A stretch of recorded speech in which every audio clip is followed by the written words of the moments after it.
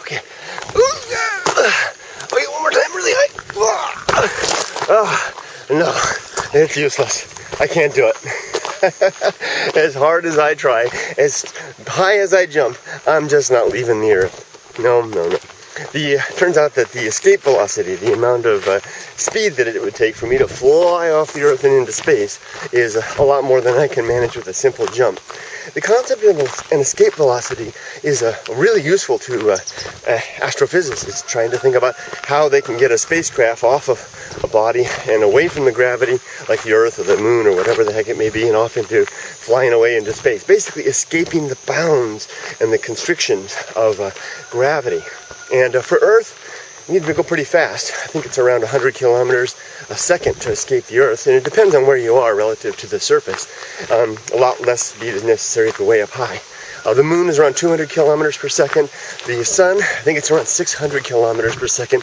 To escape the Milky Way galaxy, you need from the center, or near the center, you need to be going about 1,000 kilometers per second. Very, very interesting ideas. Now, why am I talking about escape velocity this morning? Well, I'm thinking about escape velocity, but in a different way. Particularly, I'm thinking about in here. There are behaviors, there are things about myself that I'm trying to change. Look at this big old, whatever the heck it is. What the heck is that? Come here, you. Whoa, that's a big bug. Whoa, come here, you. Wait a minute. There it goes. Hey, it's got a good escape velocity. It went straight up there. Thanks for the illustration, nature.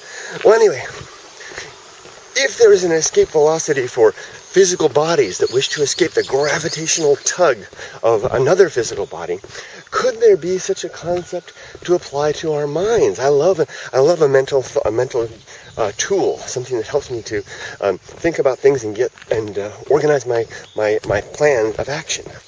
And specifically, I'm thinking about behavior. I have a number of things about myself that I would like to change. And lately I've been trying to think about what is the amount of energy that it would take for me to escape from that behavior, to escape from that way of being in my own life and propel myself off into a new way of being, a new way of acting, a new way of thinking. And this weekend I was exercising this idea with one behavior of mine that I don't like that much.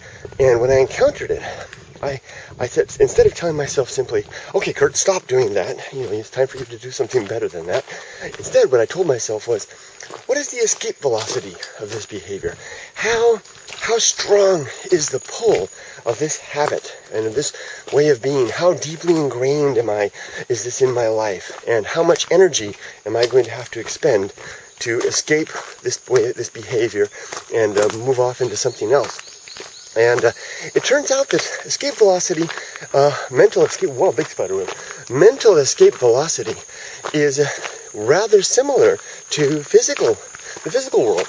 Whereas the larger the mass of an object, the higher the escape velocity. Now, in terms of mass for behaviors, I'm thinking that relates to how deeply ingrained it is in our lives. The older we get, the more massive these behaviors become, the more ingrained, the more part of habit, a part of the way of our life they are. And the more difficult it is for us to get away from it. And so this one behavior that I have that I'm trying to change, I encountered it this weekend, and I told myself, okay, Kurt, how big is the escape velocity for this? And I gave it a number. Hey, it's an arbitrary thing, but what the heck? I decided it was 300 kilometers per second to get away from that behavior. And so I closed my eyes and mentally thought to myself, okay, I can do it. I can fuel myself up and charge off away from this behavior at greater than 300 kilometers per second and get away from it. Now, I know it's a silly thing. There is no such thing as kilometers per second in the mind, and there is no such real thing as an escape velocity in the mind, but I'll be darned if it didn't work. Indeed, I was able to visualize and propel myself away and escape from this age-old behavior of mine that I'm not too fond of. Now, why am I sharing this with you?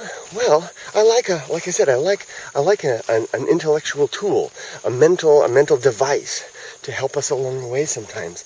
And this idea of assessing the relative strength of our behaviors based on a measure such as gravity seems to be helpful, at least for me, in assessing how much effort it's going to take for us to change that behavior.